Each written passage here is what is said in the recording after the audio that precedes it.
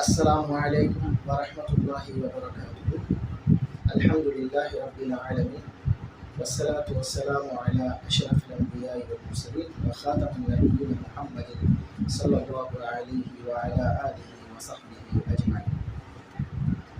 எல்லாம் வல்ல அல்லாஹ்வின் நல்லடியார்களே, சகோதரர்களே, சகோதரிகளே, ஒருவருடைய உடலிலே புகுந்து விட்டு அந்த ஜின்னை துரத்துவது எப்படி? சில பேர் ஓதி பார்க்க நம்மகிட்ட வராங்க, சில பேர் நிறைய பேர் ஃபோன் பண்ணி கேட்குறாங்க. அதாவது எங்களுடைய வீட்டில் இருக்கக்கூடிய ஒரு பெண்ணின் மீது அல்லது ஒரு பையன் மீது ஜின் உடலில் ஏறிவிட்டது. நாங்கள் எங்கெங்கோ சென்று விட்டோம், தர்காக்களுக்கு சென்று விட்டோம், மேலும் பல ஓதி பார்க்கக்கூடிய இடங்களுக்கு பல இடங்களுக்கு நாங்கள் சென்று விட்டோம். ஆனால் எங்கு சென்றும் அது சரியாகவில்லை, அல்லது சரியாகுவதை போன்று சில நாட்கள் அது இருக்குது, அப்புறம் திரும்பவும் அந்த பிரச்சனை வந்துடுது.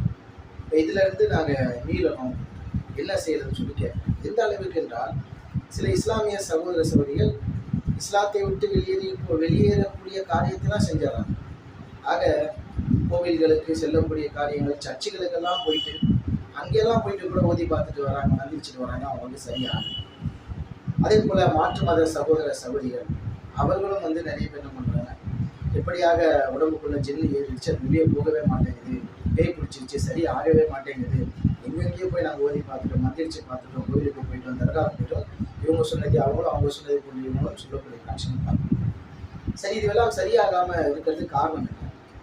சரி, இந்த உடலை விட்டு வெளியேறாத மிகவும் ஆக்ரோஷமான இந்த ஜின்களை, பேய்களை, ஒட்டி சாத்தான்களை வெளியேற்றுவது எப்படி என்று பார்க்கும்போது இதில் பல வகைகள் இருக்கு.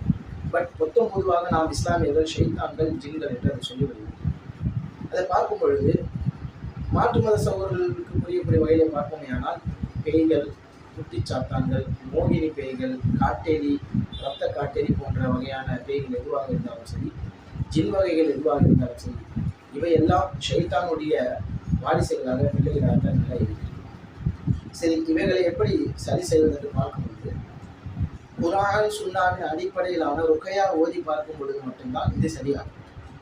அங்கே ஒருத்தன் உடம்புல ஜின் இருக்கு அப்படின்னு சொன்னால் அவர்களை உட்கார வைத்து ஜின்களை துரத்துவதற்கென்று இருக்கக்கூடிய திருக்குர்ஆனுடைய வசனங்களை எல்லாம் இத்தனை முறை இந்த வசனங்களை ஓத வேண்டும், திரும்ப திரும்ப ஓத வேண்டும் என்ற சில வழிமுறைகள் இருக்கு.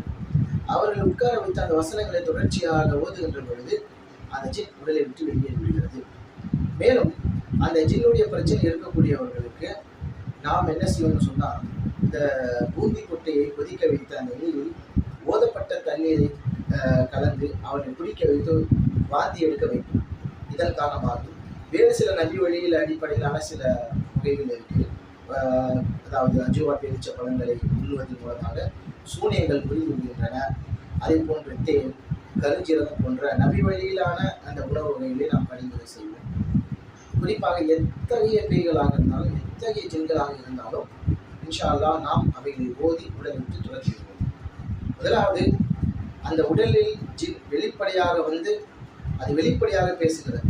நான் போக மாட்டேன், என்ன பண்ணாலும் போக மாட்டேன், அப்படி நீங்கள் துரத்த முயற்சி பண்ணீங்கன்னா உங்களை கொலை பண்ணிடுவேன், உங்கள் குடும்பத்தை அழிச்சுன்னு அந்த ஜின்னு மிரட்டுதுன்னு வச்சுக்கணும்.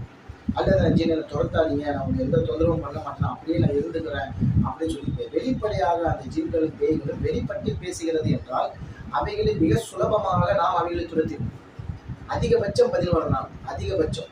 இப்படி வெளிப்படையாக உடலில் ஜின் வெளிப்பட்டு பேய்கள் வெளிப்பட்டு அது உடலில் ஆடும் பொழுது, பேசுகின்ற பொழுது இத்தகைய வகையான பேய் பிடித்தல், ஜின் பிடித்தல் போன்ற விஷயங்கள் நாம் அதிகபட்சம் 11 நாளுக்குள்ள சரி பண்ணிடுவோம். சரி பண்ண பிறகு என்ன செய்கிறது?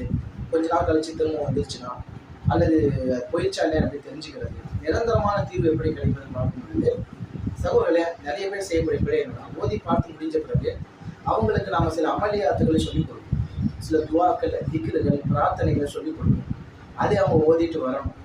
அதே போன்று அந்த பேய் ஜின் உடலை விட்டு முற்றாக வெளியேற்றிய பிறகு அவர்கள் சில காலங்களுக்கு, அதாவது இடைவெளி விட்டாவது சில நாட்களில் அவர்கள் கொஞ்ச நாளைக்கு ஓதுதலில் இருக்க வேண்டும், இந்த ருக்கையா ஓதிக்கொள்ள வேண்டும்.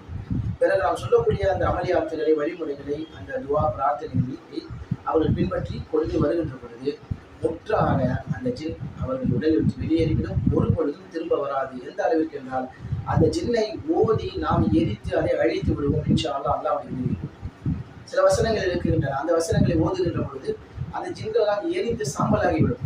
அப்படியாக அந்த ஜின்களை எரித்து சாம்பலாக ஆக்கி விடலாம் திருக்குறானுடைய வசனங்களை கொண்டு. அதே போல வேறு சில ஜின்கள் வெளியே வந்து ஆடாது, பட் உடம்புக்குள்ளே இருக்கும். அவங்களுடைய கேரக்டர்ஸை ஆக்டிவிட்டிஸை மாற்றி விட்டுரும். அவங்க வந்து சரியாக தூங்க மாட்டாங்க, அல்லது ரொம்ப நேரம் தூங்கிக்கிட்டே இருப்பாங்க, சரியாக சாப்பிட மாட்டாங்க, அல்லது அளவுக்கு மீறி சாப்பிடுவாங்க, அல்லது அவங்க வந்து கோவமே படாமல் ஒரு மாதிரியாக பெணாத்திக்கிட்டே இருக்குது, எதையும் பார்த்து பெணாத்துறது பேசுறதுன்னு அந்த ஆக்டிவிட்டிஸ் மாறி போகுது.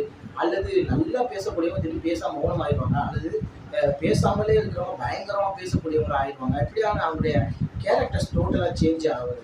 ஆக இந்த மாதிரியான விஷயங்கள் வந்து இதையும் நம்ம ஒரு சரி செஞ்சுக்கணும். பட் இந்த மாதிரியான விஷயங்கள் வந்து பார்த்தீங்கன்னு சொன்னால் நாம் வந்து தொடர்ச்சியான ருக்கையாக செய்யணும். இது வந்து ஒரு 40 days ஓத வேண்டி வரலாம், அல்லது 3 நாள்லேயே சரியாகலாம், 11 நாள்லேயே சரியாகலாம். பட் தொடர்ச்சியான ருக்கையாக செய்யும் பொழுது இது எப்படி உடலை விட்டு வெளியே போகுது? வெளிப்படையாக ஜின் வந்து பேசாது, உடலுக்குள் இருந்து கொண்டு நோய்களை ஏற்படுத்துவது, வீட்டில் பிரச்சனைகளை ஏற்படுத்துவது, அவங்களுடைய கேரக்டர் மாற்றுறது, இந்த ஜின்களை வெளியேற்றுறது எப்படி தெரிஞ்சுக்கிறதுன்னு சொன்னால் அப்படியே ஓதிக்கொண்டே இருக்கும்பொழுது அவர் உடலில் ஏற்படக்கூடிய மாற்றங்கள் உண்டு. அதே போன்று கனவுகளின் மூலியமாக நமக்கு தெரிஞ்சிடும் அந்த ஜின்னு என்ன நிலையில் இருக்குது, அது இப்போ என்ன ஆயிட்டு இருக்கு, அது உடலை விட்டு புருவச்சு வெளியே ஆயிடுச்சா இல்லையா போன்ற விஷயங்கள்லாம் கனவுகளின் மூலியமாக நமக்கு காட்டி தரப்படும். ஆக இந்த கனவுகளுடைய விளக்கங்களுக்காக நாம் தனியாக படிச்சிருக்கிறோம், அது சம்பந்தமான ஆய்வுகள் செய்திருக்கிறோம். ஆக கனவுகளுடைய விளக்கங்களை வைத்து இவைகள் எப்படி வெளியேறுகிறது, அதனுடைய நிலைகள் எப்படி இருக்குங்கிற விஷயங்களை கொண்டு நாம் அதை சரி செஞ்சு கிளியர் பண்ணிடலாம். அதே போல் வந்து சில பேர் வந்து மன ரீதியாக பாதிக்கப்பட்டிருக்கணும், மனக்குழப்பங்கள்ல பல வகையான தேவையில்லாத டென்ஷன், தேவையில்லாத கோபங்கள் போன்ற விஷயங்கள் இருப்பாங்க. அவங்க ஜின் அட்டாக்லாம் இருக்காது, ஆனால் ஜின்னால் தூண்டப்பட்டு இப்படி அவங்க கேரக்டர் மாறி இருக்கும். அவங்க உடம்புக்குள்ள ஜின் இருக்காது, வெளியே இருந்து அவங்க மனதை குழப்பி அவங்கள வந்து இப்படி ஆயிருக்கும். இப்போ இப்படியாப்பட்டவங்களுக்கும் நம்ம வந்து சில உபயாக்கள் இருக்குது, அதை தொடர்ந்து ஓதும் பொழுதும் அவங்களுக்கு நாம் கொடுக்கக்கூடிய பொருட்களை அவங்க சாப்பிட்டு வரும்போது இன்ஷா அல்லாஹ் அவங்களுக்கும் சரியாயிடும்.